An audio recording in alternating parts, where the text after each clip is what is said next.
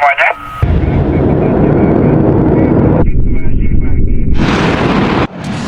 வணக்கம். இன்றைய காவல் விரைவு செய்தி. 2025 வருடத்தில் மட்டும் 2,05,00,000 மதிப்புள்ள 1265 செல்போன்கள் மீட்கப்பட்டு மாவட்ட காவல் கண்காணிப்பாளர் டாக்டர் ஆர். ஸ்டாலின் IPS அவர்களால் உரியவர்களிடம் ஒப்படைக்கப்பட்டுள்ளது. கன்னியாகுமரி மாவட்டத்தில் உள்ள அனைத்து காவல் நிலையங்களில் செல்போன் தொலைந்து போனதாக பல்வேறு மனுக்கள் பெறப்பட்டது. அந்த மனுக்கள் மீது உரிய நடவடிக்கை எடுக்க மாவட்ட காவல் கண்காணிப்பாளர் அவர்கள் உத்தரவிட்டார்கள். உத்தரவின்படி சைபர் பிரிவு போலீசார் காணாமல் போன செல்போன்களை கண்டுபிடித்து மீட்கும் பணியில் தொடர்ந்து தீவிரமாக ஈடுபட்டு வந்தனர். தொடர் நடவடிக்கையால் தற்போது சுமார் 58 லட்சம் ரூபாய் மதிப்புள்ள 335 செல்போன்கள் கண்டுபிடிக்கப்பட்டு மேற்படி மீட்கப்பட்ட செல்போன்களை மாவட்ட காவல் கண்காணிப்பாளர் அவர்கள் உரிய நபர்களிடம் ஒப்படைத்தார்கள். மேலும் செல்போன் காணாமல் போனதாக பெறப்பட்ட மனுக்கள் மீது துரித நடவடிக்கை எடுக்கப்பட்டு வருகிறது. இந்த வருடத்தில் இதுவரையிலும் சுமார் 2,05,00,000 ரூபாய் மதிப்புள்ள 1265 செல்போன்கள் கண்டுபிடிக்கப்பட்டு